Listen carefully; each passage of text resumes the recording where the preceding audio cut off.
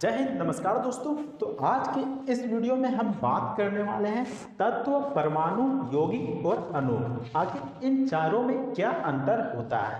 अक्सर students confuse हो जाते हैं कि आखिर हम तत्व किसको कह सकते हैं, परमाणु किसको कह सकते हैं और यौगिक किसको कहा जाता है और अणु किसको कहा जाता है। तो अक्सर चारों चीज़ों में कंफ्यूजन होता है। तो आपका सारा कंफ्यूजन क्लियर होने वाला है। तो अगर आप इस वीडियो को देख लेते हैं तो आपका सारा डाउट क्लियर हो जाएगा। तो सबसे पहले बात कर लेते हैं कि आखिर हम परमाणु किसको कहेंगे, परमाणु किसको कहेंगे। तो यहाँ पर देखिए, तो मान लीजिए कि कोई पदार्थ है, उसको हम छोटा करते गए तो वह धीरे धीरे इतना छोटा हो जाएगा कि मात्र उसका एक कण बचेगा, एक छोटा सा कण बचेगा। तो वही जो कण बचेगा जिसका टुकड़ा नहीं किया जा सकता, जिसको विभाजित नहीं किया जा सकता है। अगर उसका विभाजन कर देते हैं तो उसका अस्तित्व ही खत्म हो जाएगा। तो वैसा कण, पदार्थ का वैसा सूक्ष्मतम कण जिसका विभाजन नहीं किया जा सकता है, उसको हम क्या कह सकते हैं, तो उसको परमाणु कह सकते हैं। उसको हम परमाणु कह सकते हैं, उसको परमाणु कह सकते हैं। परमाणु का एग्जाम्पल क्या हो जाएगा, तो परमाणु का एग्जाम्पल क्या हो जाएगा, तो यहाँ पर देख सकते हैं जैसे कि H यानी कि हाइड्रोजन। तो इसको क्या कहेंगे, तो इसको कहेंगे हाइड्रोजन, हाइड्रोजन का एक परमाणु, हाइड्रोजन का एक परमाणु, हाइड्रोजन का एक परमाणु या फिर एक हाइड्रोजन परमाणु, इसको हम कह सकते हैं। ठीक उसी तरह ऑक्सीजन, ऑक्सीजन ओ, तो इसको क्या कह सकते हैं, तो इसको हम कह सकते हैं एक ऑक्सीजन परमाणु, एक ऑक्सीजन परमाणु। तो समझ में आ गया होगा कि परमाणु किसको कहेंगे। तो परमाणु उसको कहेंगे जो कि पदार्थ का सबसे छोटा कण होगा, जिसका विभाजन नहीं किया जा सकता है। अगर हम उसको विभाजित कर देते हैं तो उसका अस्तित्व ही खत्म हो जाएगा। तो परमाणु जो सबसे छोटा कण होता है उसको हम परमाणु कहते हैं। एग्जाम्पल में देख लिए, जैसे कि H हाइड्रोजन का एक परमाणु, वो हो गया एक ऑक्सीजन का परमाणु। यहाँ पर एक छुपा रहता है, एक छुपा रहता है जो कि यहाँ पर परमाणु रहता है। तो आपको ध्यान में रखना है। अब बात कर लेते हैं आखिर हम तत्व किसको कहेंगे, तत्व किसको कहेंगे। तो तत्व हम किसको कह सकते हैं, तो तत्व यानी कि H हो गया, हाइड्रोजन ही हो गया। इसके अलावा Fe को समझिए, Fe को समझिए यानी कि आयरन, आयरन एक ही तत्व से मिलकर बना होता है, एक ही पदार्थ से मिलकर बना होता है। मान लीजिए कि आयरन, आयरन यानी कि लोहा, सिर्फ लोहा से ही मिलकर बना होता है। अगर उसमें दूसरा चीज़ मिला देंगे तो यहाँ पर हम इसको तत्व नहीं कहेंगे। यानी कि लोहा में अगर हम दूसरा पदार्थ को मिला देते हैं तो वह लोहा नहीं कहलाएगा, वह तत्व नहीं कहलाएगा।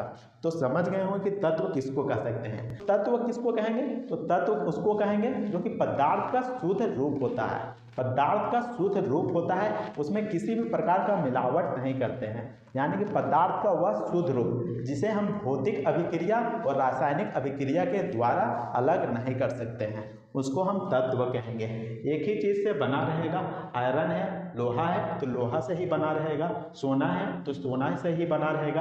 अगर गैस की बात करें जैसे हाइड्रोजन, तो उसमें सिर्फ हाइड्रोजन गैस ही होगा, इसके अलावा दूसरा गैस नहीं होगा। तो उसको हम तत्व कह सकते हैं। तो यहाँ पर परमाणु बताया, फिर तत्व बताया। अब अणु और यौगिक को समझिए। अणु और यौगिक में भी बहुत ही ज़्यादा कन्फ्यूजन रहता है। तो सबसे पहले बात कर लेते हैं कि आखिर अणु, अणु हम किसको कहेंगे। तो यहाँ पर समझिए, तो यहाँ पर मान लीजिए कि एक हाइड्रोजन का परमाणु लिए और यहाँ पर एक और हाइड्रोजन का परमाणु लिए, तो यहाँ पर दो हाइड्रोजन का परमाणु हो जाएगा। यानी कि हम H2 लिख सकते हैं, H2 लिख सकते हैं। तो हम नहीं कह सकते हैं, यहाँ पर दो परमाणुओं का समूह है, यहाँ पर एक हाइड्रोजन हुआ, यहाँ पर एक हाइड्रोजन हुआ, हाइड्रोजन का एक परमाणु हुआ, यहाँ पर भी हाइड्रोजन का एक परमाणु हुआ।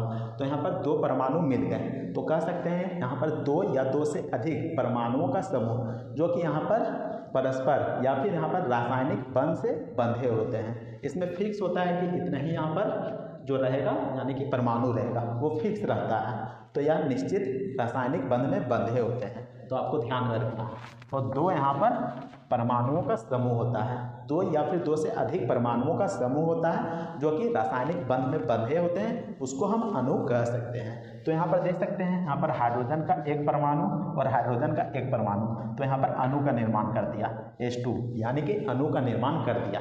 और आपको बता दूं कि इसमें जो तत्व होता है, वो जो तत्व होता है, जैसा कि मैंने बताया, जो तत्व होता है वह एक ही पदार्थ से बना होता है, वह पदार्थ का शुद्ध रूप रहता है।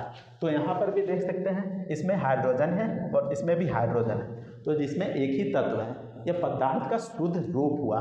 जो अणु होता है उसमें मात्र यहाँ पर जो तत्व होता है वह समान होता है, जो तत्व होता है वह समान होता है, एक ही पदार्थ से बना होता है, एक ही तत्व से बना होता है। तो आपको ध्यान में रखना है। अब यौगिक को समझिए, यौगिक को समझ जाइएगा तो यहाँ पर तत्व भी क्लियर हो जाएगा और अणु भी क्लियर हो जाएगा। तो यौगिक को समझिए।